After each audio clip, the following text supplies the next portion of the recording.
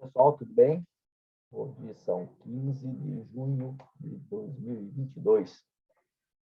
Eu resolvi fazer essa aula na modalidade assíncrona, que ela vai se estender um pouquinho mais, e aí eu já vou deixar no AVA, que assim a gente encerra o conteúdo. Então, esse é o nosso último conteúdo previsto no semestre, e nós estamos estudando o Sistema Nacional de Unidades de Conservação. Ok? Espero que todos estejam bem. E aí, a semana que vem vai ficar apenas e tão somente para vocês encerrarem as atividades ali no AVA, né? Que é aquele resumo. Na verdade, são os exercícios, né? Da apostila de Direito Ambiental. E logo em seguida a gente já vai lançar as notas no QI acadêmico. E aí desejo a todos aí umas ótimas férias. Né? Então tá ok, pessoal. E obrigado por esse semestre, nosso convite. Então vamos lá.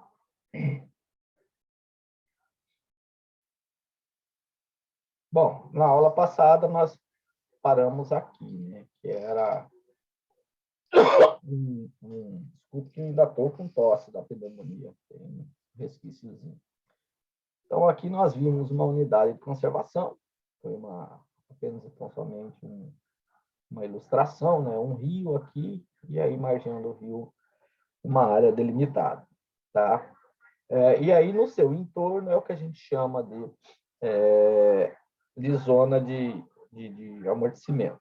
Então, eu tenho aqui essa área maior verde, que é a unidade de conservação, pode ser um parque ecológico, enfim, uma estação ecológica, alguma coisa assim.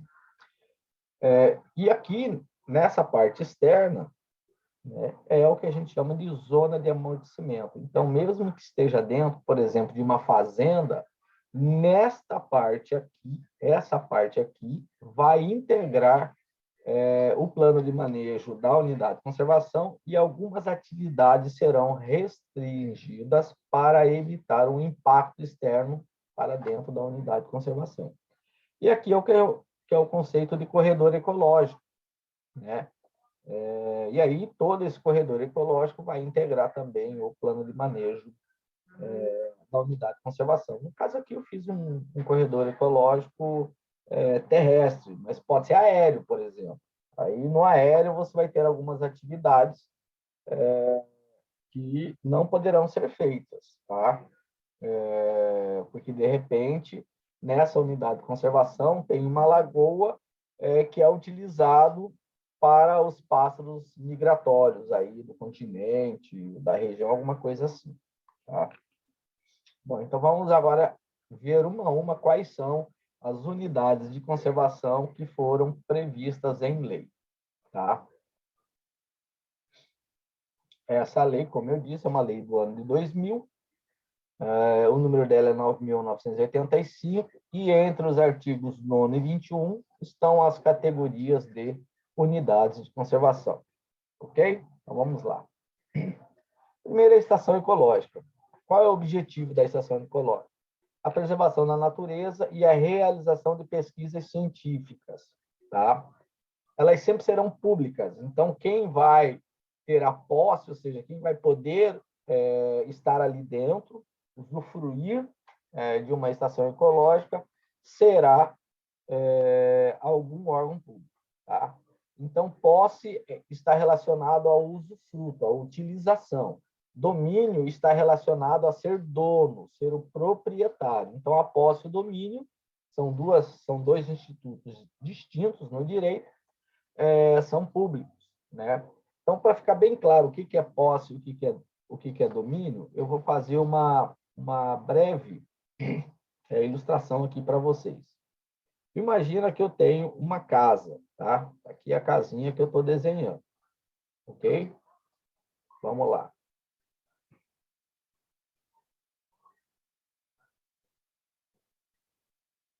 Então, tá aqui, eu tenho uma casa, certo?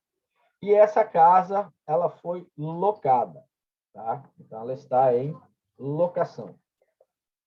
Ela foi alugada, ok?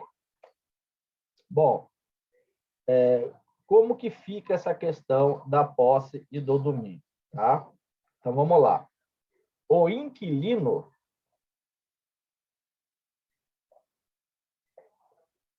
exerce a posse, ou seja, ele utiliza aquele imóvel, tá?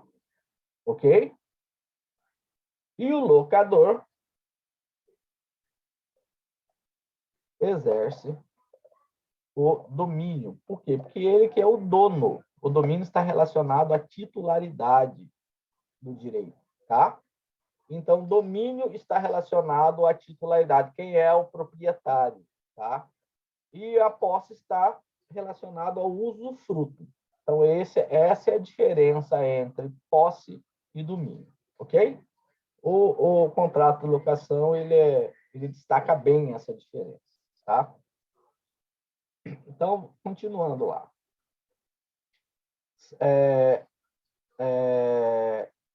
Eu posso ter uma estação ecológica dentro de uma área particular. Neste caso, os seus limites e confrontações, ou seja, aquela área em que você vai definir que será uma estação ecológica, será desapropriado, ou seja, será retirado do domínio do particular e passará a integrar o patrimônio público, o domínio público.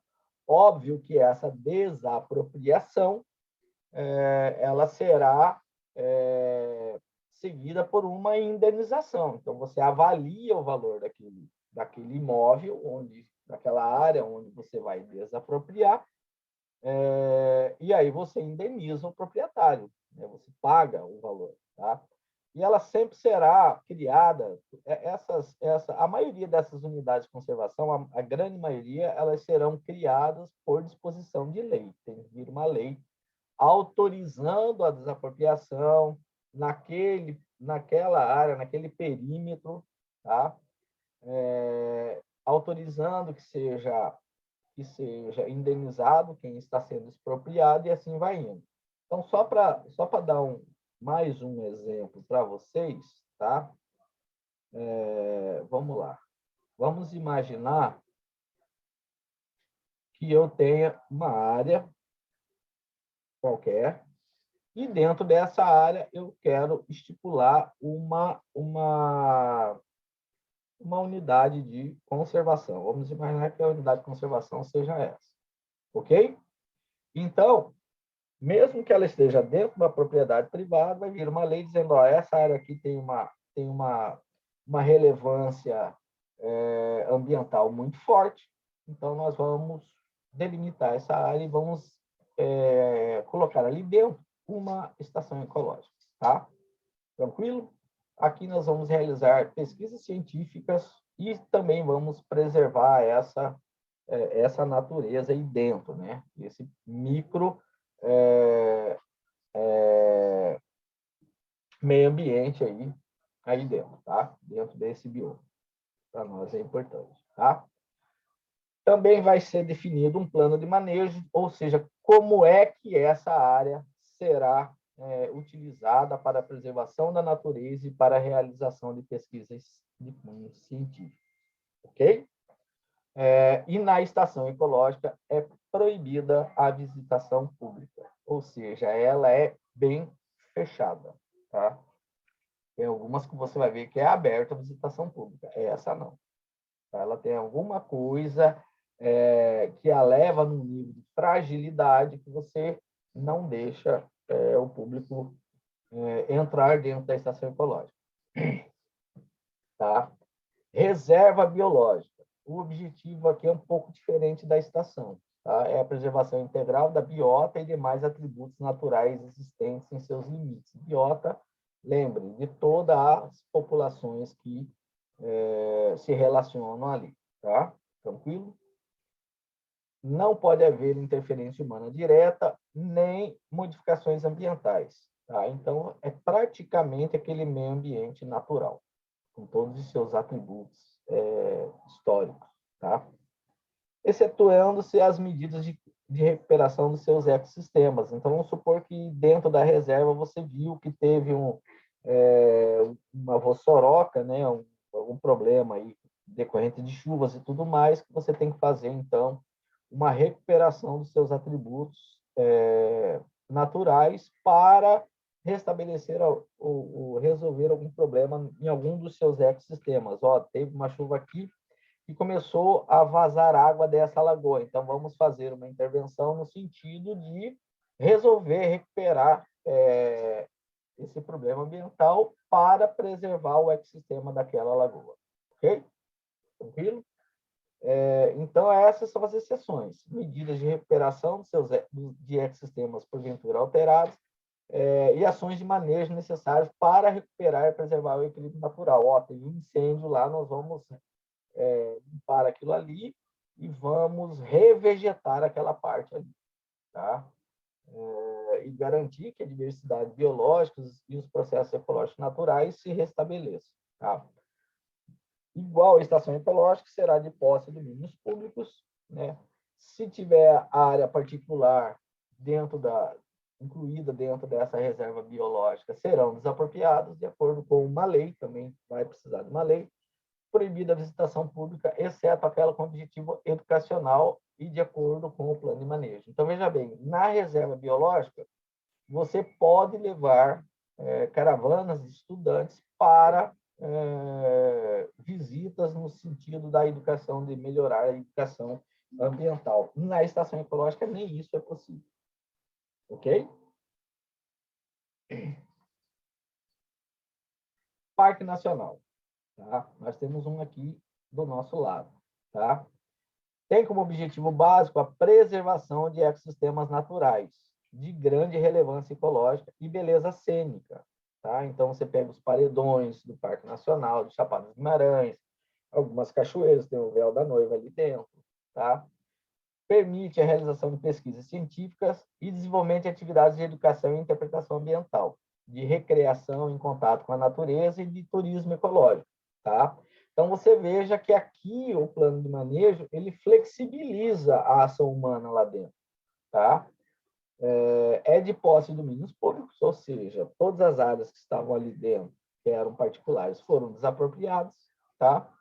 Foram indenizadas, né?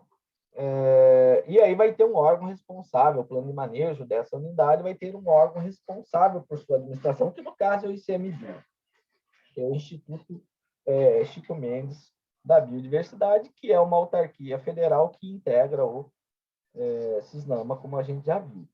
Tá? Então, aqui é um exemplo. Tá? No caso aqui, ó, que eu coloquei, sempre a gente pensa no Chapada dos Guimarães. Aqui é o Parque Nacional de Iguaçu, onde tem as cataratas do Rio Iguaçu. Esse lado aqui, onde está, deixa eu colocar aqui, esse ponto aqui é o lado brasileiro. Nesse ponto aqui é a Argentina, tá? Ok? E aí, onde o Rio Iguaçu encontra com o Rio Paraná e vai formar o Rio da Prata, bem no encontro do Iguaçu com o Paraná, que é ali bem do ladinho, ocorre a tríplice fronteira. Tá? Então, tem 3 pontos de margem, numa está o Brasil, na outra está a Argentina, no outro está o Paraguai. É uma visita bem interessante.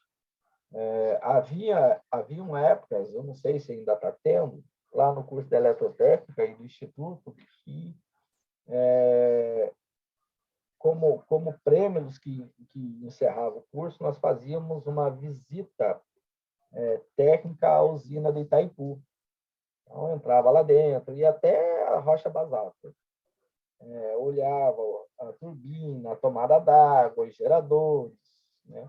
É uma visita muito bacana. Aí em Furnas para ver o sistema de retificação do excedente do Paraguai, né, com a transmissão em corrente contínua, que só o Brasil detém essa tecnologia. E depois a gente fazia esses passeios, levava os alunos, né, para conhecer lá o Parque Nacional do Iguaçu, depois ir no Paraguai fazer compras. Né? Era bem bacana. Eu levei algumas vezes os meus alunos quando eu estava lá. Aqui é o Parque Nacional de Chapada dos Guimarães. Tá? Então, aqui é o perímetro, certo? Veja que o Rio Mutuca entra lá dentro. Tá? Então, veja bem, só para lembrar vocês que aqui, ó, nesse entorno, é a zona de amortecimento do Parque de Chapada dos Guimarães. Então, cada um proprietário dessas áreas que estão fazendo limites e confrontações com o parque, eles recebem uma orientação do que pode fazer nessa parte aqui, né? E o que não pode fazer. E qual é a distância dessa zona de amortecimento. Ok? Então, aqui está a Cachoeira de Véu de Noiva. Né? Quem não conhece, recomendo que vá lá conhecer. Monumento natural. Tá? Isso aí está relacionado a sítios naturais raros, singulares ou de grande beleza cênica. Pode ser constituído por áreas particulares, desde que seja possível compatibilizar os objetivos da unidade com a utilização da terra e dos recursos naturais do local pelos proprietários. Então, o monumento natural não precisa ser necessariamente desapropriado. Se houver a possibilidade de você tombar o monumento natural, de você destacar o monumento natural dentro da propriedade privada e o proprietário, ao receber o plano de manejo do monumento natural, demonstrar que ele tem compatibilidade com isso, não será preciso a desapropriação. Ok? Se não, aí desapropria através de lei. Mesmo o monumento natural sem desapropriação, vai vir também uma lei que vai criar, vai reconhecer, né? É possível que o particular explore turisticamente o monumento natural através de um sistema de visitação pública. Aí, nesse caso, vai estar o guia de turismo ali dentro, vai ter que seguir as condições e as restrições estabelecidas no plano de manejo. Tá? Então, aqui é mais uma questão assim, estética, um sítio natural raro. Então, você tem dentro da sua propriedade uma caverna que é cheia de vamos supor, de inscrições rupestres, né? Ali provavelmente vai ser um monumento natural e você pode explorar isso aí, desde que seja preservado esse monumento natural. Isso é um exemplo que eu estou dando, tá? Então, aqui, ó, as falésias de Beberibe, tá? Foi criado por uma lei estadual, não precisa ser necessariamente federal, pode ser uma lei estadual, pode ser uma lei municipal, e isso tudo, então, virou um monumento natural, tá? Tranquilo? Inclusive, eles pegavam essas areias coloridas, há um tempo atrás, eu não sei se dessas falésias ou de outras, e colocavam naquelas garrafinhas que você compra, que vem azeite de dendê, depois que termina o azeite de dendê, eles lavam aquilo e vão colocando as areias coloridas e vão fazendo imagens com a areia colorida e depois vende. Tá? Então, são as areias coletadas em falésias, que elas são multicoloridas. Né? É muito bonito de se ver. Tá? Refúgio da vida silvestre. Aqui o que está em jogo é a proteção da biota, tá? Ou seja, de um ecossistema natural, né? Em que as relações entre as diversas populações de indivíduos são muito relevantes. Tá? E normalmente, nesses locais, eles são utilizados pelas espécies se reproduzirem. Então, você faz um refúgio daquilo ali para dar essa proteção. Vamos imaginar que num determinado local do rio Cuiabá seja utilizado pela maioria dos peixes para a sua reprodução naquela fase da piracema, que é a fase em que, uma vez por ano, os peixes sobem no sentido da nascente dos rios, né, para se reproduzirem. Então, é possível, sim, que ali naquele local você estabeleça um refúgio da vida silvestre. Ok? Com certeza vai ter um plano de manejo dizendo o que pode ser feito e o que não pode ser feito a fim de que você consiga assegurar a reprodução dessas populações, tá? Então, é aqui que o texto está explicando exatamente isso, tá? O objetivo é proteger ambientes naturais, onde se asseguram condições para existência ou reprodução de espécies ou comunidades da flora local e da fauna residente ou migratória, tá? Então, por exemplo, a Lagoa dos Patos, ali no Rio Grande do Sul, do lado de Porto Alegre, tá? É um local onde as aves migratórias que vêm lá do Alasca ou vêm lá do extremo sul da Argentina param nessa migração, tá? Param, ficam alguns dias ali para recuperar peso, ganhar energia, eles vão se alimentar de pequenos peixes ali, e depois de 1, 2, 10, 15 dias, eles levantam o voo e seguem a sua viagem anual. Alguns deles, inclusive, vêm da África. Tá? Quando saiu aquela história da gripe aviária, o medo era que essas aves migratórias pudessem trazer o vírus da gripe aviária, que é o H1N1, para cá. Acabou que veio, não se sabe por onde, né? E todo ano a gente tem que tomar essa vacina da gripe. Tá? Ela pode ser constituída por áreas particulares, ou seja, não precisa ser de posse de domínios públicos. Desde que, mesma coisa lá da unidade anterior que nós vimos lá, tá? Desde que seja possível compatibilizar os objetivos da unidade com a utilização da terra e dos recursos naturais pelos seus proprietários locais. Se houver incompatibilidade entre os objetivos da unidade e as atividades privadas, e aí o que você faz? Você vai fazer a desapropriação, tá? Tranquilo? E vai criar um plano de manejo. De toda forma, vai ter um plano de manejo dizendo o que pode ser feito e o que não pode ser feito nessa unidade de conservação. Tá? Então, isso aqui é uma unidade de conservação nessa cidade do interior de Palmas. Né? No caso, são os Campos de Palmas, que esses campos aqui, eles são naturais, eles não foram plantados pelo homem. Tá? Essa é a característica marcante dessa região do sudoeste do Paraná. Tá? É uma das cidades mais frias do Brasil. Tá? Provavelmente, essa semana que passou lá, deve ter feito algo em torno de -2, -3, -5 graus. Isso aí fica branquinho de geada.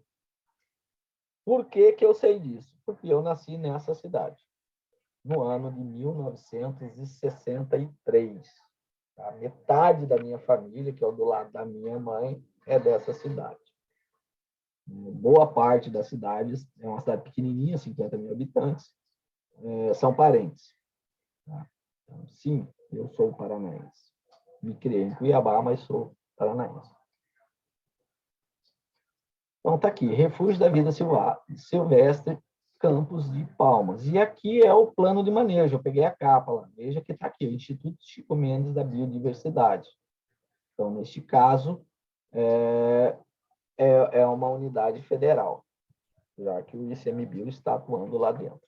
Ok? Uma outra característica, só a nível de eu fazer uma propaganda lá da terra natal, é que o sabor da carne do gado, né? Quando você compra uma carne nos açougues ali de Palmas, é totalmente diferente. É muito marcante, é um sabor único, exatamente porque o campo é nativo, tá? É endêmico que a gente fala. Realmente é muito diferente. Muito frio. Tá? Quem não gosta de frio, não recomendo. Eu gosto de frio. Minha esposa sofre quando ela vai para lá. Então, está aqui a área, os limites aqui que eu peguei lá dessa unidade de conservação. Tá? Tranquilo?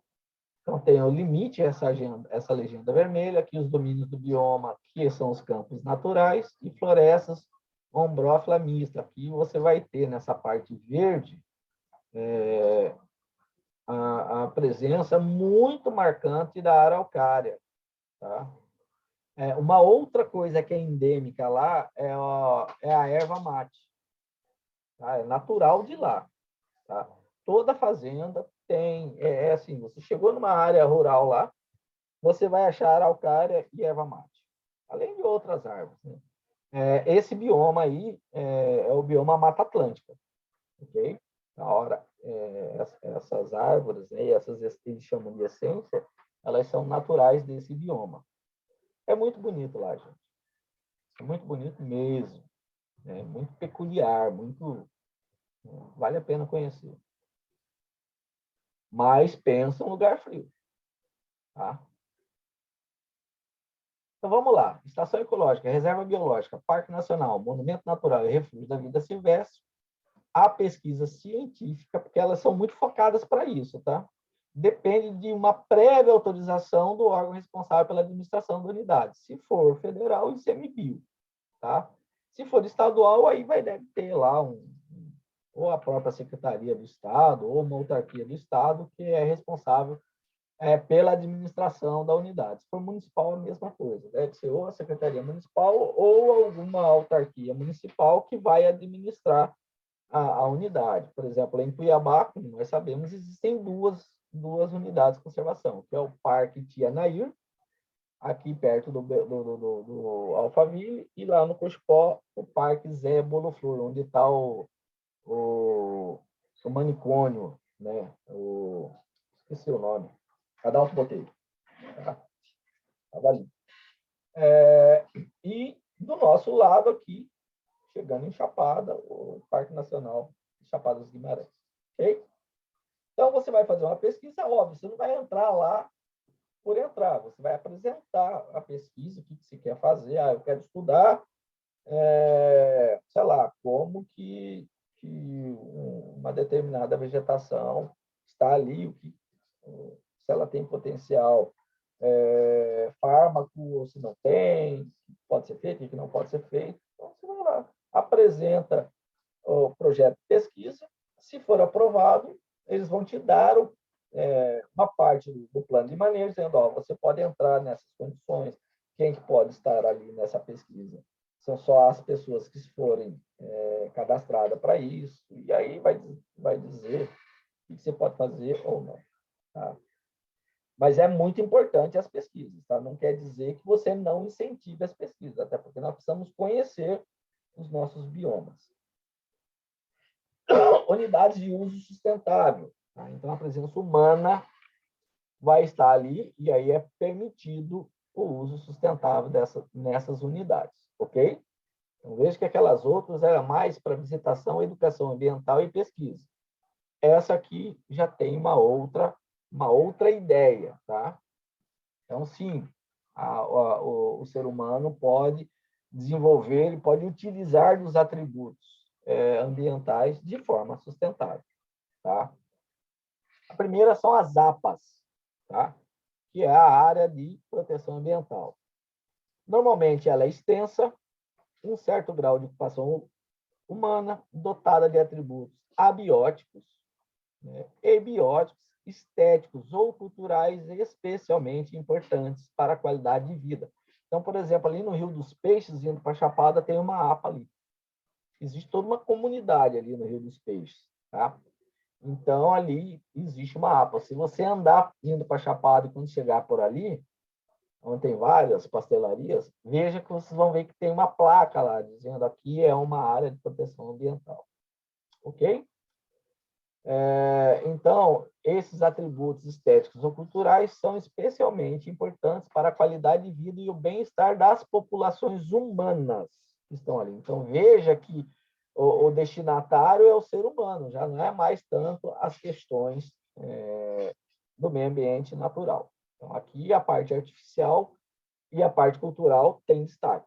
Tá? O mesmo acontece, por exemplo, ali na Salgadeira. Tá? No plano de manejo inicial, era proibido o banho ali, principalmente naquela parte de chamado Sonrisal. Então, durante a obra da Salgadeira, foi explicado para o Ministério Público do Estado que aquela obra decorria de um termo de ajustamento de conduta, né, de uma ação civil pública, Aliás, era uma ação civil pública, não era nem em termos de ajustamento de conduta, era uma ação civil pública que o Ministério Público moveu contra o Estado, isso há muitos anos. Tá? Porque existia lá a salgadeira e alguém foi lá fazer um churrasco e botou fogo naquilo ali, virou um incêndio em tudo aquela, até para dentro do Parque Nacional. E aí houve uma ação civil pública, houve uma interdição, e aquilo ali foi licitado uma recuperação dentro de um plano de manejo. A empresa que ganhou não conseguiu terminar a obra, e aí ficou parado aquilo durante muitos anos, até com alguns tapumes. Quando o deputado Wilson Santos, no governo Pedro Táxi, assume a Secretaria de Cidades, ali houve uma decisão judicial no sentido de que o Estado retomasse aquelas obras. É óbvio que essa obra não estava na Secretaria de Cidades, era da Secretaria de Turismo, mas a Secretaria de Cidades emprestava os seus funcionários, que a Secretaria de Cidades é uma secretaria eminentemente de engenharia, fazer obras. Hoje se chama a Secretaria de Infraestrutura. Tá?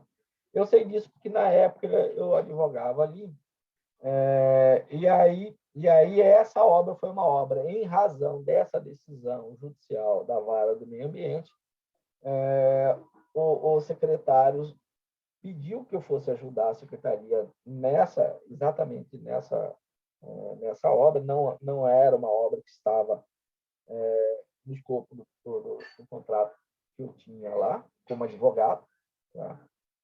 Eu estava lá cuidando de 40 obras da Copa do Mundo que não tinham sido entregues, então essa aí, mais o VLT entrou, e aí eu nem me preocupei em fazer tema aditivo, nada. Eu queria era ajudar o Estado.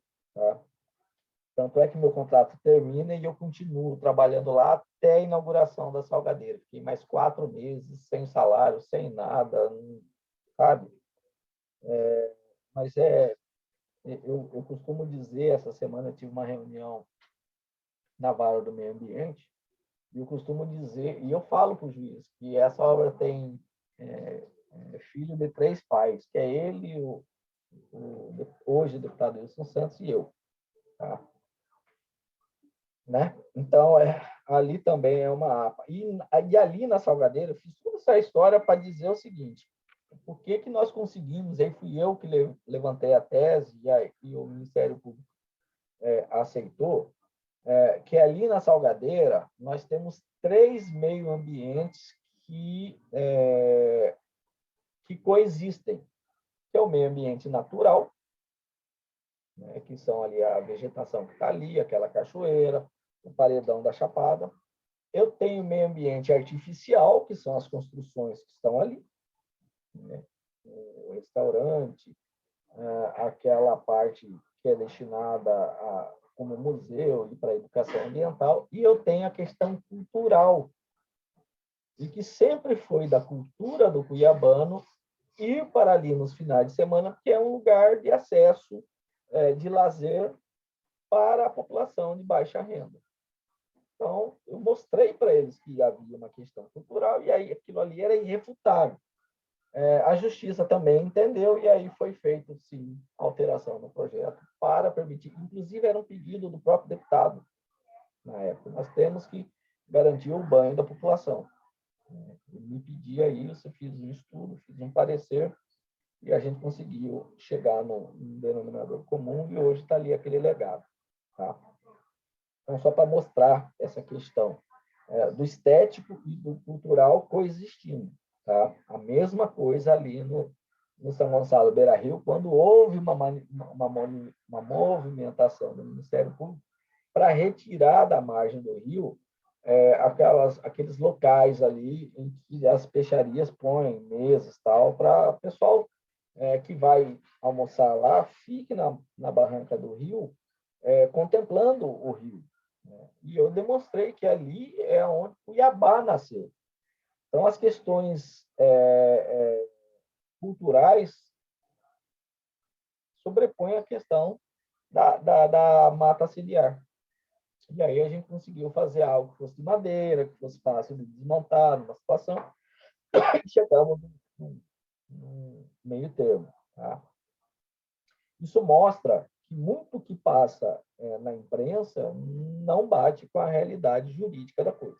Tá? Então, continuando, a APA, tá? Então, ela visa a qualidade de vida e o bem-estar das populações humanas. O objetivo básico é proteger a diversidade biológica, disciplinar o processo de ocupação, como eu falei ali na Salgadeira, ali no Rio dos Peixes, no São Gonçalo Beira-Rio, assegurar a sustentabilidade do uso dos recursos naturais, no caso, é o Rio Cuiabá, ali no São Gonçalo Beira-Rio, constituída por terras públicas e privadas, respeitando os limites constitucionais, podem ser estabelecidas normas e restrições para a utilização de uma propriedade privada localizada numa APA. Tá? As condições para a realização de pesquisa científica e licitação pública nas áreas sob domínio público serão estabelecidos pelo órgão gestor, no caso que for uma APA pública. Tá? Nas privadas, caberá ao proprietário estabelecer as condições para uma pesquisa, visitação pelo público, observadas as exigências e restrições legais, tá? Ok? Uma APA disporá de um conselho presidido pelo órgão responsável por sua administração, e aí vai ter representantes da sociedade civil e da população existente ali, residente ali, ok? Então, você veja que ela é bem flexível. Então, por isso que existe a possibilidade de eu ter ali na APA do Rio dos Peixes, ou uma APA do São Gonçalo Beira-Rio, ou ali na Salgaceira. Na Salgadeira não é uma APA, mas eu só mostrei a parte do meio ambiente cultural. Não é uma APA porque eu não tenho população residente ali, ali é mais para turismo. Mas no São Gonçalo Beira-Rio, sim. Tá? Então, essa aqui é uma APA, Costa dos Corais. Que foi pego. Essa aqui é a APA Costa dos Corais. Tá? Fica em Porto de Galinhas. Então, você não vai retirar as pessoas que moram aqui e os pescadores que levam a jangada para as pessoas visitarem as costas do Corais, né? Alimentar os peixinhos ali e tal e tudo mais. Existe, sim, nessa que é federal, existe um plano de manejo e aí os jangadeiros têm que seguir esse plano de manejo. Você não pode pisar nos corais, até porque corta para evitar acidentes, tá? Mas é bem bacana lá. Aqui é uma outra APA, que é a Costa das Baleias, fica aqui no sul da Bahia. Tá? Então, chamada aqui APA Coroa Vermelha. Aqui tem a APA Lagoa Encantada, APA Ponta das Baleias. Então, você veja que tem várias APAs aqui na Bahia. Tá? Tranquilo? Área de relevante interesse ecológico. É uma área, em geral, de pequena extensão. A APA, às vezes, é de grande extensão. Tá? Com pouca ou nenhuma ocupação humana, com características naturais extraordinárias, o que abriga exemplares raros da biota regional. Então, tem lá o mico-leão dourado. Então,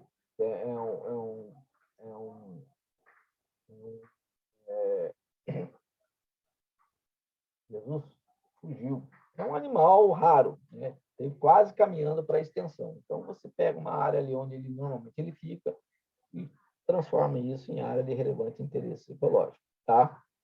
Então, abriga exemplares raros da biota regional e tem como objetivo manter os ecossistemas naturais de importância regional ou local. Regular o uso admissível dessas águas, de modo a compatibilizá-los com os objetivos da conservação da natureza. Pode ser terras públicas ou privadas, respeitando os limites constitucionais, pode ser estabelecido normas, restrições para a utilização da propriedade privada localizada numa área de relevante interesse ecológico. Necessariamente não precisa haver a desapropriação do imóvel, tá? Então, aqui, ó, eu tenho aqui, ó, o Parque Natural Municipal Santa Cecília do Ingá, tá, em Volta Redonda, a Unidade de Conservação Integral 211 hectares. Eu tenho uma área de relevante interesse ecológico, tá, chamada Floresta da Cicuta. Tá? 15% fica no município de Volta Redonda, 85% no município de Barra Mansa. Tá? Essa área aqui provavelmente tem algum exemplar, algum tipo, né, de animais que são raros, e aí você foi criado isso aí, tá? Então, nessa aí eu já mostrei 2 unidades só nessa região aí, de Volta Redonda e Barra Mansa. Aqui é outro, Morro da Vargem, tá? É uma área de relevante interesse ecológico. Deve ter um tipo de cobra. Normalmente, nesses lugares é cheio de cobra. Então, deve ter alguma espécie de cobra que tem aí uma importância, tá? Científica. Ops, não sei por que saiu. Vamos lá. Continuemos, pois. Floresta Nacional, tá? Nós temos aí várias florestas nacionais, tá? É uma área com cobertura florestal de espécies predominantemente nativas. O objetivo básico é o uso múltiplo sustentável dos recursos florestais e pesquisa científica, com ênfase em métodos para exploração sustentável das florestas nativas, corte de madeira, tá? É de posse de domínios públicos, sendo que as áreas particulares incluídas no seu limite serão desapropriadas de acordo com a lei específica, tá? Mesmo que elas sejam desapropriadas, é admitida a permanência das populações tradicionais que habitam, que já habitavam lá quando da criação da Floresta Nacional, ok? E aí essas populações terão que se submeter ao plano de manejo. A visitação pública é permitida, condicionada ao que está colocado no plano de manejo. Aí o órgão responsável pela administração vai dizer em que condições essa visitação é permitida. A mesma coisa com relação à pesquisa científica, tá? É permitida e é incentivada. Da mesma forma, quem quiser desenvolver uma pesquisa ali dentro vai ter que submeter previamente os objetivos da pesquisa ao órgão responsável pela administração para saber se ele vai autorizar e, se autorizar, quais as condições que eles vão impor para essa pesquisa, né, em relação ao plano de manejo. Tá? A floresta terá um conselho consultivo. Esse conselho consultivo, né, ele vai ser presidido pelo órgão responsável pela sua administração e ainda representantes de órgãos públicos, de organizações, as ONGs da sociedade civil, e, quando for o caso, das populações tradicionais residentes. Tá? A gente tem descoberto hoje que aquilo que a gente esperava das ONGs, que era algo muito bom, hoje não é tão bom. Então, existem algumas ONGs que estão aqui no Brasil que são financiadas por recursos externos, internacionais, e aí, óbvio, que tudo que ela vai desenvolver não vai ser no interesse do Brasil, e sim no interesse de quem as financia. Tá? Então, hoje, nós temos que refletir até que ponto nós podemos permitir que venham recursos do estrangeiro para financiar organizações da sociedade civil. Tá? Talvez a solução seja um fundo soberano, um fundo do Brasil, administrado para o Brasil.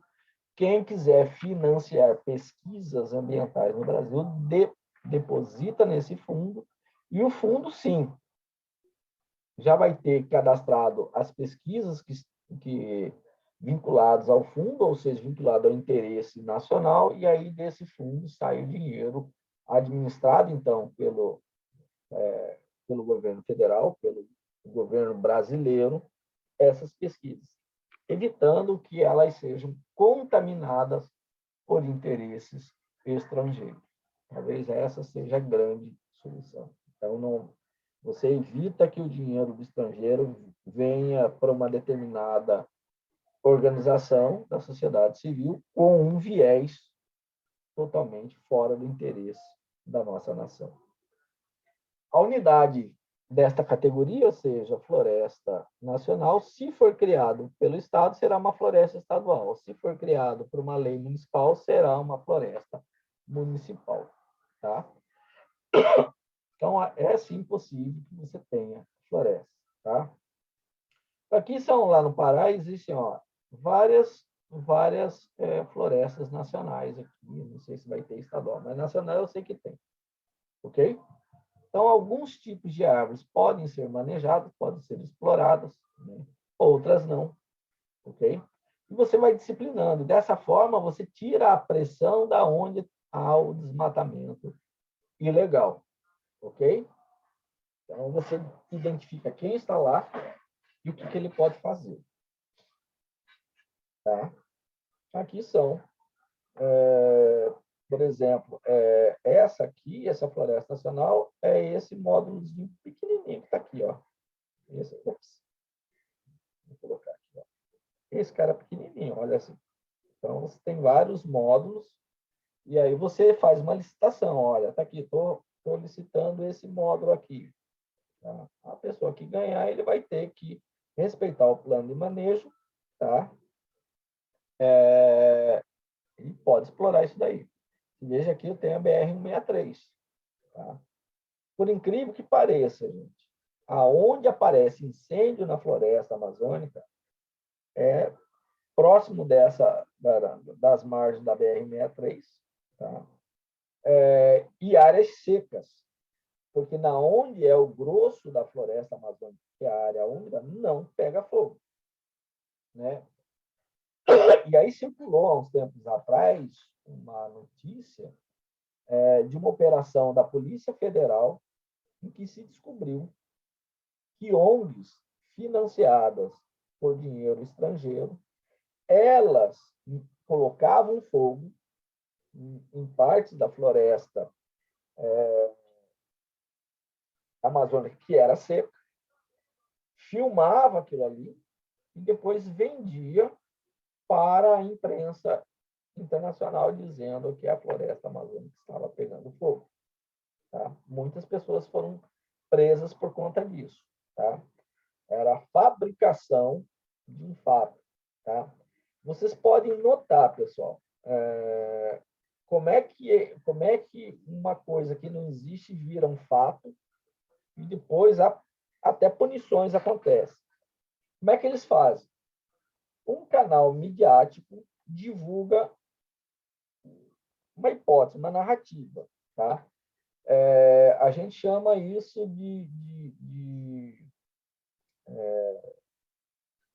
como é que é o nome? Parece que é verdade, mas não é verdade. Não é fake news, não. Eu não estou lembrando o nome. Então, ela divulga algo que parece que é verdade. Tá? Então, por exemplo, a fulano de tal, vou dar um exemplo, é alguém que tenha um jeito meio bruto de falar e seja uma pessoa pública. Aí alguém da imprensa fala assim, esse cara costuma bater na mulher dele. Ele nunca bateu. Tá? Mas parece, pelo jeito de falar, que isso é possível que ele seja uma pessoa que bata na esposa. Tá? Aí os outros canais, as outras mídias vão republicar aquela mensagem, aquela primeira divulgação, aquela primeira matéria que saiu. Pronto, virou verdade. E aí alguém vai processá-lo e é possível dessa pessoa ser condenada sobre fatos que não existem. Tá? Isso aqui tem acontecido no Brasil, essa estratégia tem acontecido no Brasil desde 2019. Algum veículo de comunicação lança uma coisa, por exemplo, agora saiu uma pesquisa que, sinceramente, eu tenho muita dúvida, porque eu não sei se essa pesquisa veio do IBGE, e eu vou correr o risco de estar falando uma besteira aqui. Mas saiu uma pesquisa de que 33 milhões de brasileiros passam fome. Isso aí foi divulgado na Europa, que vocês não têm noção, né, essa pesquisa. Sinceramente, eu tenho 1 milhão de dúvidas sobre a veracidade dessa pesquisa. Quem é que fez? Qual foi o método utilizado? como que ele fez essa pesquisa para dizer que tem 33 milhões de brasileiros passando fome. Sendo que todos os dados da economia do Brasil mostram que o Brasil foi o país que melhor se saiu da pandemia e que menos está sentindo os impactos da guerra entre a Rússia e a Ucrânia. Não quer dizer que nós não estamos sentindo, mas é o país, a economia, que menos sentiu. Então, rapidamente veio uma narrativa para desconstruir essa imagem de que a economia do Brasil está bem, dizendo que 33 milhões de pessoas passam fome. E o mais triste é que um veículo de comunicação daqui de Cuiabá, que é muito famoso, fez várias reportagens de um açougue ali no CPA que distribui ossinho, sendo que o ossinho é uma comida tradicional do cuiabano, né? E muito, que dá muita sustância. Tá? Eu sempre comia ossinho, né? Meu sogro sempre comprou ossinho.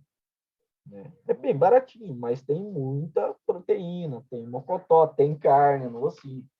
Mas para a grande população brasileira, foi veiculado a nível que as pessoas estão comendo osso. Né? E, óbvio, culpando o governo federal. Então, essas coisas são tristes de você ver. Né? E são falaciosas. E quem é daqui de Cuiabá sabe que é um prato típico daqui, assim como o escaldado, o caldo de piranha. Aí, daqui a pouco, vamos dizer, por exemplo, eu gosto de comer pé de frango. Gosto, muito colágeno. Os caras estão passando fome, aquele professor aposentado está comendo pé de frango. Nada a ver. Tá? Então, nós temos que tomar cuidado com o que a imprensa fala. A gente tem que fugir dessa bolha, não deixar as pessoas fazerem a nossa cabeça. Nós é que temos que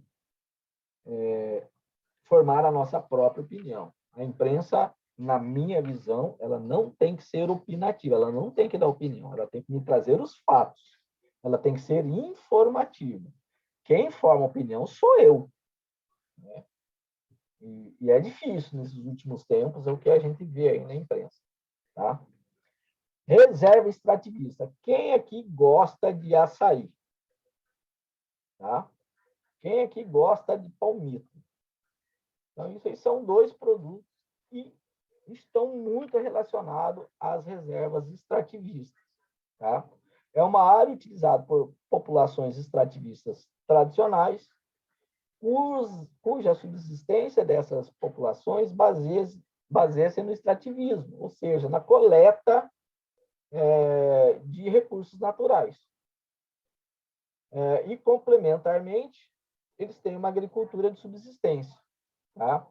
Com criação de animais de pequeno porte, que tem ali um chiqueirinho, tem um galinheirozinho, tem 2 ou 3 vacas de leite, ou cria lá um cabrito, alguma coisa assim.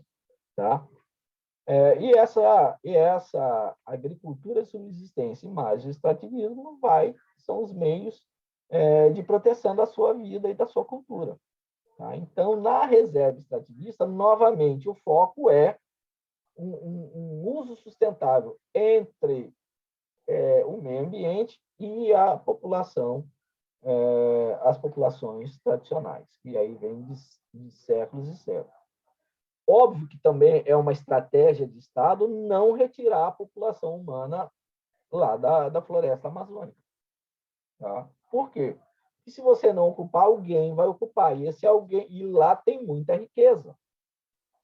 Nesses últimos anos, a gente tem sido divulgado muitas pesquisas, principalmente no subsolo, de metais preciosos, né, de minerais preciosos e de petróleo e gás. Então, se nós não deixarmos o ser humano ocupar a Amazônia, alguém vai ocupar. E não vai ser em benefício de compartilhar as riquezas que estão ali com o povo brasileiro, com o povo nacional. Tá? Nós vamos levar aí pelo menos uns 40, 50 anos, na minha visão, para a gente organizar esse país. Tá? para que as riquezas que esse país tem, as riquezas naturais, retornem em benefício da nossa população. Porque até agora, tudo que foi feito em benefício do estrangeiro. Tá?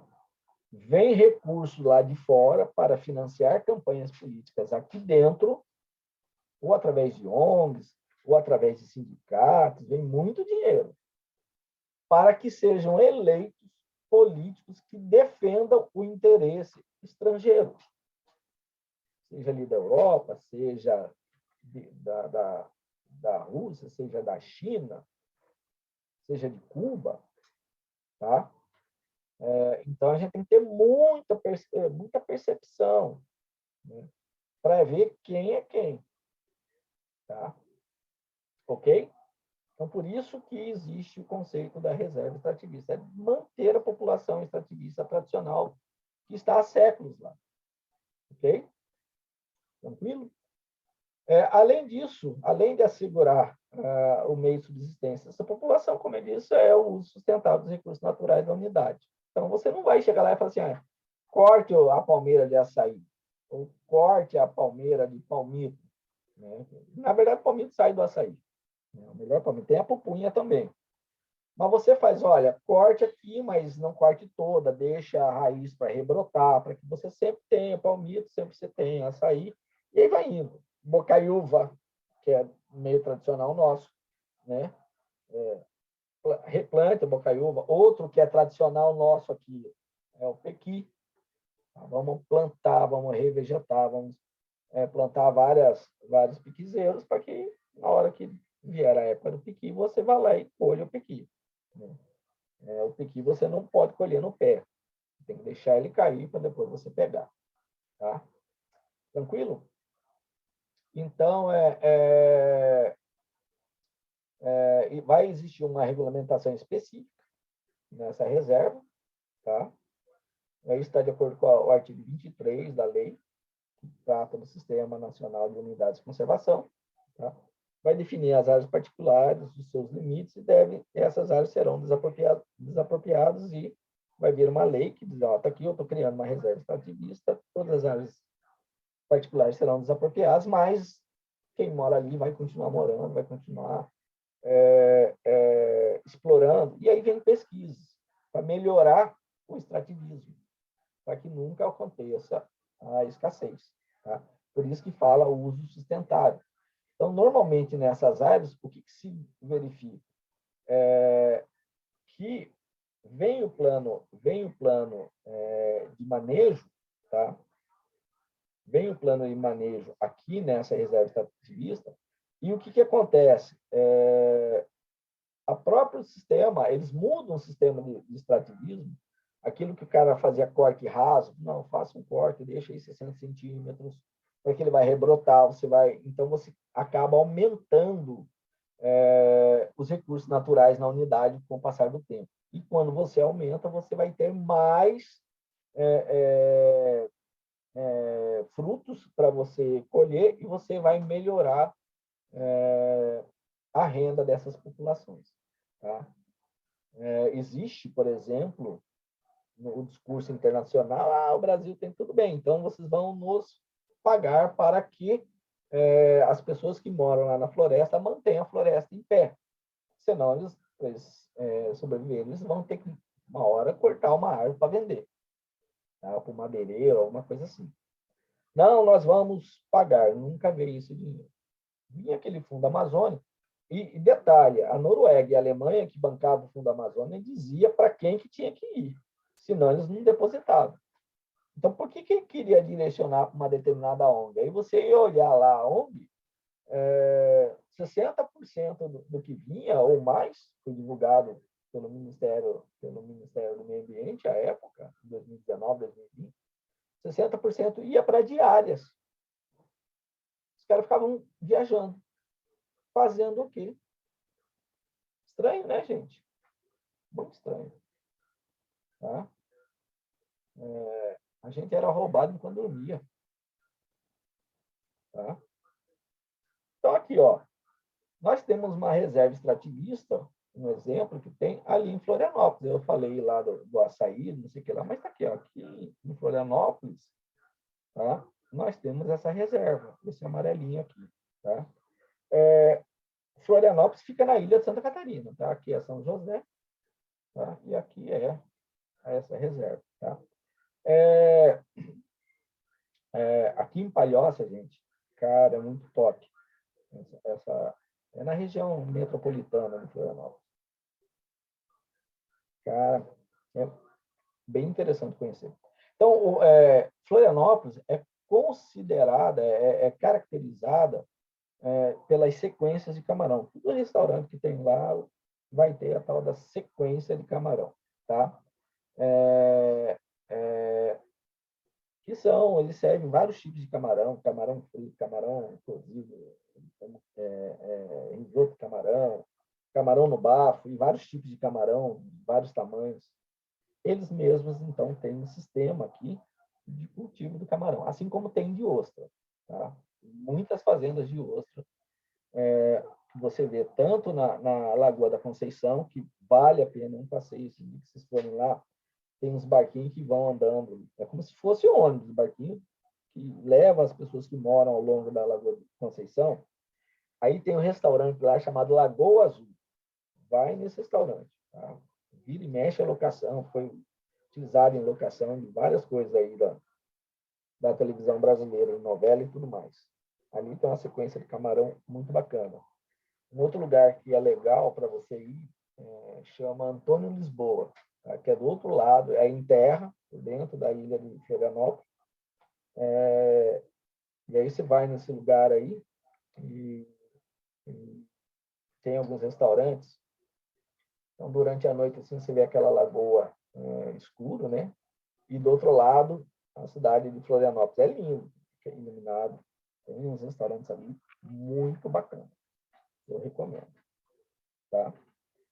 Então, aqui é outra, tá? Reserva extrativista. Neste caso, eu acho que é no Maranhão, e é do cultivo do látex. Tá?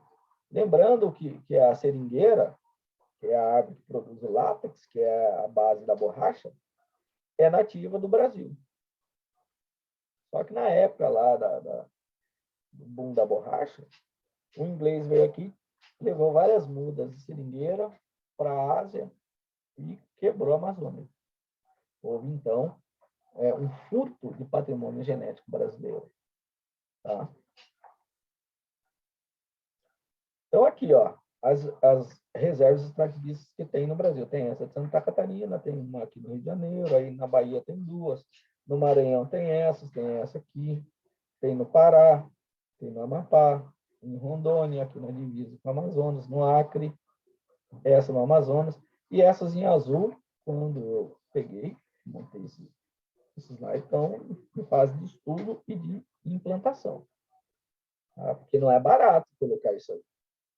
Né? Você tem que desapropriar e você vai ter que ter um órgão lá, você vai ter despesa no órgão para manter, porque uma coisa é você criar, outra coisa é você manter.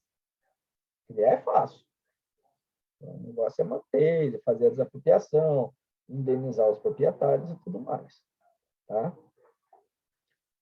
E aqui vem, ela é bem cheia de minúcias, tá? Então, ela será gerida por um conselho deliberativo, esse conselho é presidido pelo órgão responsável pela sua administração. Também nesse conselho vai ter representante de órgãos públicos, de novo, que é essa parte aqui eu acho temerária. Aqui, ó, organizações da sociedade civil. Tá? Existe um livro chamado Gramscismo no Ocidente. Tá? Eu vou até mostrar para vocês a capa deles. Vou sair aqui. Vou ter que sair um pouquinho daqui para ir lá na internet. Deixa eu ver aqui, New Share.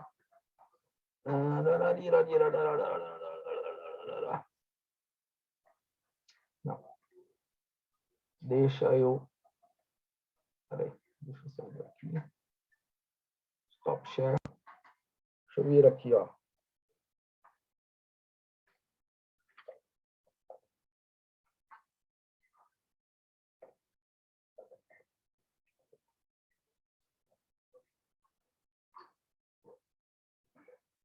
só para mostrar aqui. Esse aqui, ó. Esse livro aqui, ó. Tá? Você vai entender por que algumas ONGs foram criadas no Brasil, tá? Qual é o objetivo dessas ONGs. É muito interessante. ONGs, sindicatos. É um livro curtinho, né? Ele é muito esclarecedor. Tá? Então, quem tiver curiosidade, compra aí. Eu comprei lá direto na editora, que é a Biblioteca do Exército, aqui, ó. Esse aqui é o meu. Fica a sugestão de vocês lerem e formar a sua opinião sobre muita coisa que rola nesse país, meu Deus. Vamos lá, vamos voltar para o nosso slide.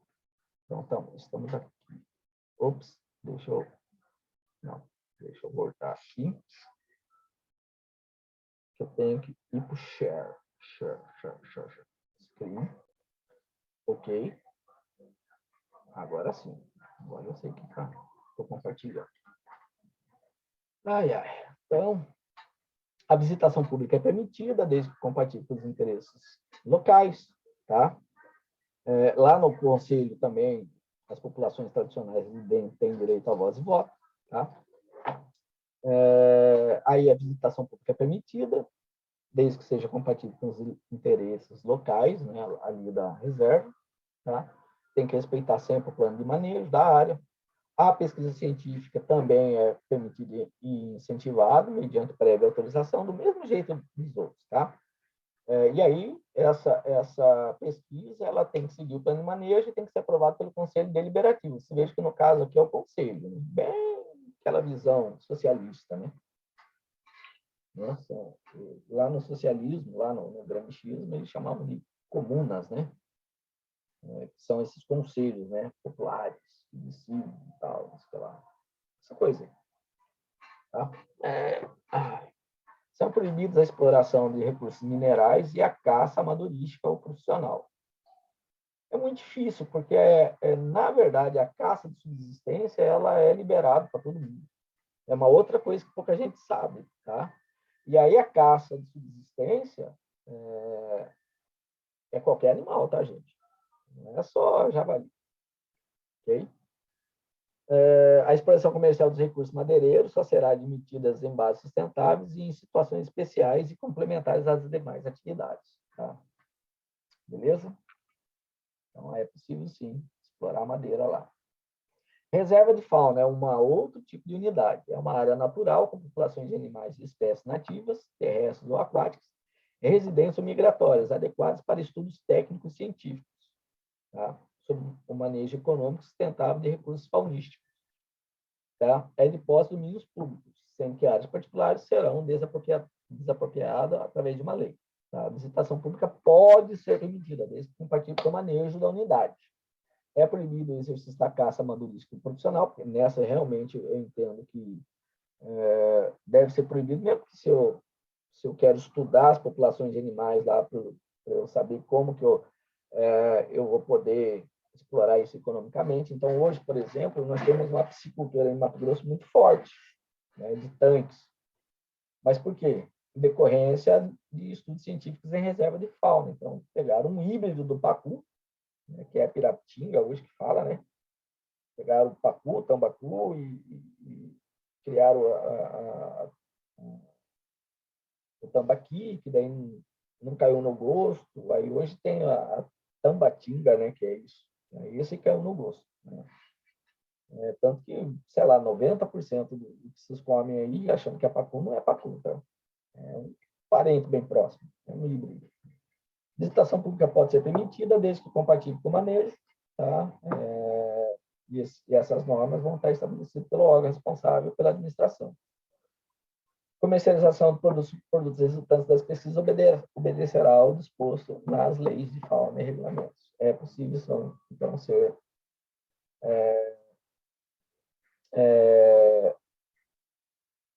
produtos disso aí serem vendidos, tá?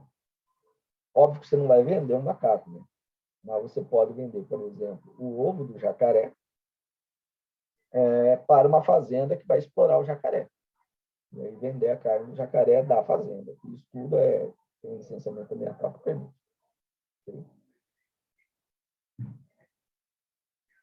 Reserva de desenvolvimento sustentável. Tá? É uma área natural que abriga populações tradicionais, cuja existência baseia-se em sistemas sustentáveis de exploração dos recursos naturais, desenvolvidos ao longo de gerações e adaptados às condições ecológicas locais e que desempenham um papel fundamental na proteção da natureza, na manutenção da diversidade biológica. Qual que é o objetivo de uma reserva de desenvolvimento sustentável? Tá? Preservar a natureza e, ao mesmo tempo, assegurar as condições e os meios necessários para a reprodução e a melhoria dos modos de qualidade de vida e exploração dos recursos naturais das populações tradicionais. E aí, quando fala populações tradicionais, a humana junto. Bem como valorizar, conservar e aperfeiçoar o conhecimento e as técnicas de manejo do ambiente. Desenvolvido por essas populações é de domínio público, sendo que as áreas particulares, incluídas em seus limites, serão desapropriadas através de lei. Eu estava conversando outro dia com o pessoal que cuida do meio ambiente aqui do Estado. Né? E eu estava curioso, queria saber como que tinha sido a questão daquele grande incêndio que teve no Pantanal em 2019. Tá? E eles falaram que o principal motivo, olha o que eu vou falar, gente, é o que eu vi, não sei se é isso, mas eu vou passar o que eu ouvi. E um dos principais fornecedores de combustível para aquele incêndio, que foi devastador, foi a reserva lá do SESC lá, SESC Pantanal, em que eles compraram uma grande área, transformaram em reserva reserva do patrimônio particular, tá? E tirou todo mundo lá de dentro, tirou vaca, tirou tudo. Eles foram comprando várias fazendas, se remembraram numa área só e fecharam aquilo ali. O que aconteceu? Eles falaram assim, quando você põe a vaca ali dentro, o gado ali dentro do Pantanal, eles vão pisoteando, eles vão comendo, tal, não sei o que lá. Então, eles diminuem o acúmulo de combustível, que são arbustos, que secam e tudo mais. Então, ali, o incêndio começou exatamente ali naquela reserva que estava muito fechada. Então, dificultavam o acesso dos bombeiros para o combate. Né? Hoje, o próprio SESC está revendo o seu plano de manejo, segundo eles falaram, porque eles entenderam que eles achavam que estavam fazendo uma coisa boa para o meio ambiente e acabaram, o tiro acabou saindo pelo lado. Tá? Então, aqui são reservas, tá? No caso aqui, eu peguei a reserva de desenvolvimento sustentável Cujubi, tá? Então, eles exploram essas sementes que tem lá e mais o pirarucu. Né?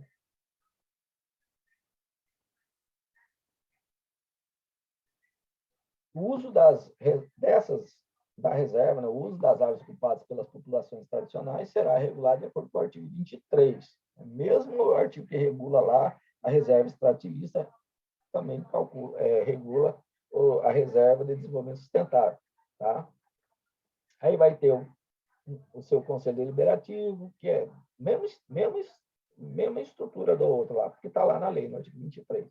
Então, tem esse conselho deliberativo que vai deliberar sobre o que pode e o que não pode, presidido pelo órgão responsável pela administração da reserva, ainda representantes de órgãos públicos, das ONGs, das populações tradicionais residentes na área, conforme se dispuser em regulamento e no ato da criação da unidade. Quais são as atividades que são permitidas? Visitação pública, desde que compatível, os interesses locais, tá? Tá aqui. E são exemplos de várias reservas de uso sustentável, tá? Então, aqui tem reserva de sustentável, de desenvolvimento sustentável, Amaná, Mamio, não sei das quantas, aí tem aqui. Tá? Um exemplo.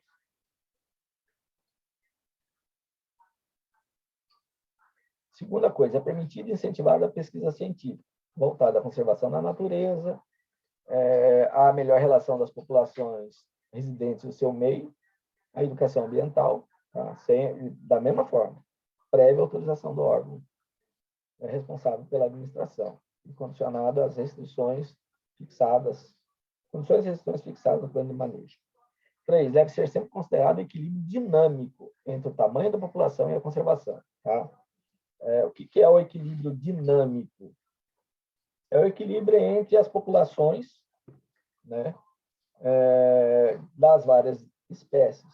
Tá? Então, por exemplo, lá no Pantanal, tá? Eu tenho população de jacaré e eu tenho população de peixes. Tá? O jacaré é predador de peixe. Então, existe um equilíbrio dinâmico. A população de peixe não pode crescer muito, tá? Porque eu vou ter problema no rio. Superpopulação, vai baixar a oxigenação da água, cai a qualidade da água, a população acaba morrendo. Né? Então, quem é que controla para evitar o aumento da população de peixes? É a população de jacaré. Então, a população de jacaré mantém a população do peixe em níveis confortáveis. Isso a gente chama de equilíbrio dinâmico. Agora, se a população de jacaré crescer muito, naturalmente a população de peixe vai baixar, porque eles vão se alimentar dos peixes. E aí vai haver o que a gente chama de desequilíbrio dinâmico, tá? Que é o que tem acontecido no Pantanal. Tá? Tem um estudo que mostra que por semana, aliás, por mês, estimando a população daqui em 13 milhões de jacarés adultos, aliás, 13 milhões de jacarés sendo, e eu coloquei 1/3 adulto, pesando em média 50 quilos, eles comem 7% do peso deles por semana, uma vez por semana que eles comem. Isso aí daria uma brincadeirinha aí de 14 mil toneladas de peixe, tá? Que é o que os jacarés consomem. Okay? O que Mato Grosso produziu em 2018 foi 60 mil toneladas de peixe o ano inteiro. Sendo que desses 60 mil, 52 mil era de tanque. Então, só 8 mil foi de cata, né? Capturado no rio. Tá? Então, Mato Grosso, o homem, ele retirou dos rios de Mato Grosso 8 mil toneladas o ano inteiro de 2018 e os jacarés comiam 14 mil toneladas por semana. Então, não é o homem que está, a ação humana que está diminuindo a população de peixes, principalmente no Pantanal. Tá? Então, toma cuidado. É aquilo que eu falo, furar a bolha. Pensar fora da caixinha. E buscar todos esses dados eu peguei, são dados científicos, eu tenho até uma palestra de vez em quando eu mostrei na Assembleia Legislativa em 2016, 2017. Hoje eles já pensam diferente. Tá? Alguns deputados se convenceram. Outros têm insegurança jurídica e têm medo. Ainda estão presos na bolinha. Tá?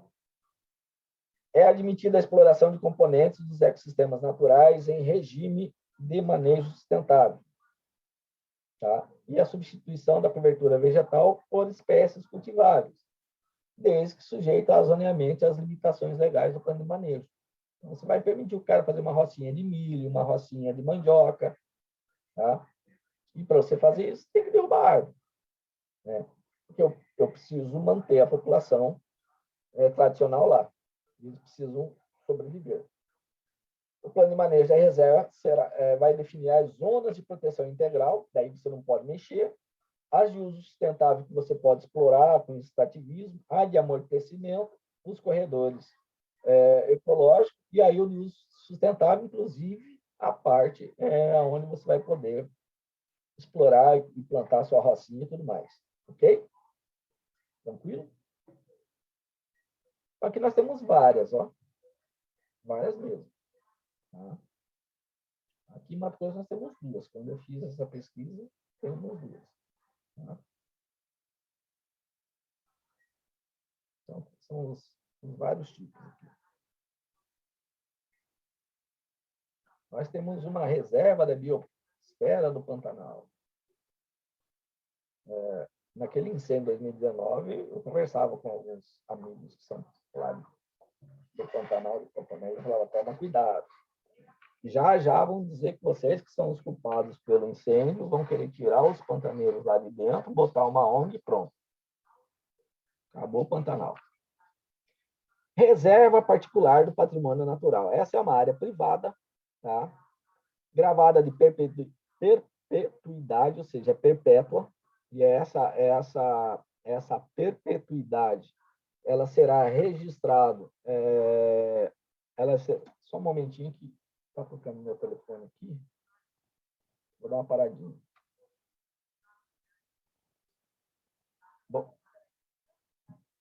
Bom dia, sim.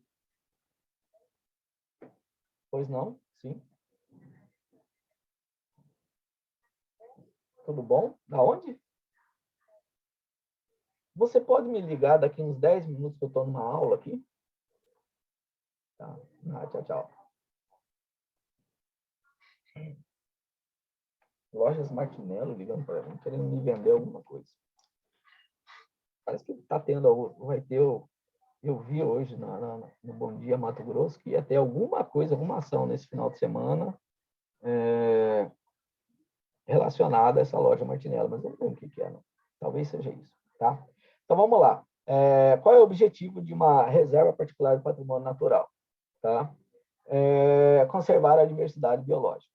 Essa gravada com perpetuidade é o seguinte: você vai apresentar a sua reserva de patrimônio natural, é tua, é particular, você tem uma área lá no Pantanal, que você quer pegar um pedacinho dela e transformar numa reserva particular de patrimônio natural. Você delimita essa área e leva na Secretaria, na SEMA, na Secretaria de Estado do Meio Ambiente. Tá? Falou, eu estou querendo criar essa reserva. Aí eles falaram, ok, contrate uma empresa para fazer um plano de manejo. Você contrata lá um estudo, aqui, esse é o plano de manejo. Beleza, está autorizado. Você pega isso daí e averba à margem da matrícula. Ou seja, vai lá na escritura da área e coloca, ó, essa área aqui dentro é uma reserva particular de patrimônio natural. E pronto, é perpétuo. Tá? E nesse gravame vai ter o termo de compromisso assinado, que você assinou perante o órgão ambiental. E a partir desse momento, você é obrigado a respeitar, inclusive, o que você colocou ali. Por pena de você incorrer com multas e até prisão. Ops.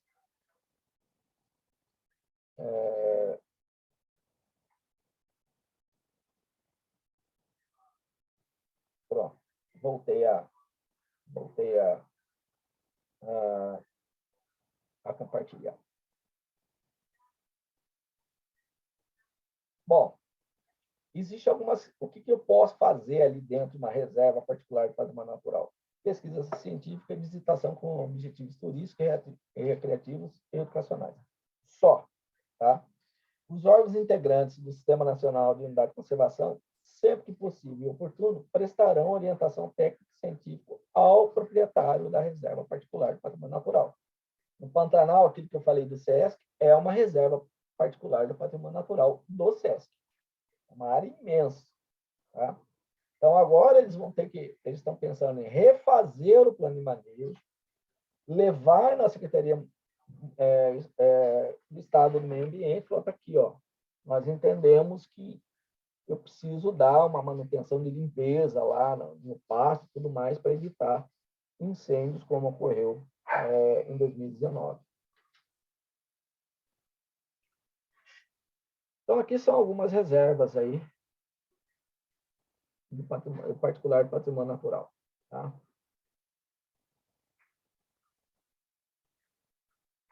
E aqui vem uma certificação, tá? Toda vez que você faz, nesse caso aqui, é federal. Tá? Então, essa reserva está no município de Ibirici, foi criada através dessa portaria. Tá? E aí, qual que é o nome? Reserva Particular do Patrimônio Natural Florescer. Tá?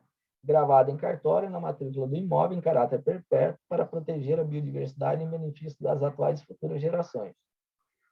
Esta reserva particular de patrimônio natural contém amostras dos ecossistemas remanescentes da Mata Atlântica, do bioma Mata Atlântica. A área representa uma rica variedade de espécies fauna e flora típica da região. Tá? Aqui é o Pedro Castro, foi o cara que criou, lá do ICMS, que autorizou essa criação, e aqui é o Roberto, presidente do CNB. Tá? Isso aqui é um exemplo que eu trouxe. Bom, e aqui vem os exercícios, tá, pessoal? Que vocês vão... Ops, eu estou botando a resposta para vocês, tá? Dessa forma, pessoal, a gente encerrou o nosso conteúdo, tá? Então, ficou uma aula um pouquinho mais extensa, deu 1h20, mais ou menos, 1h25 de aula. Acho que eu comecei 10 para as 8, são 9h15 da manhã. Mas a gente ganha, eu quis fazer uma aulinha assim para a gente ganhar no conteúdo e, graças a Deus, deu para encerrar o conteúdo a tempo. Então, aí a aula que vem, da semana que vem, vocês ficam com o prazo para fechar as atividades ali no APA. E desejar novamente a vocês ótimas férias, né? Sucesso aí em todas as disciplinas. E vocês têm um amigo, viu? Podem contar comigo aí, porque daí vier. Foi muito bom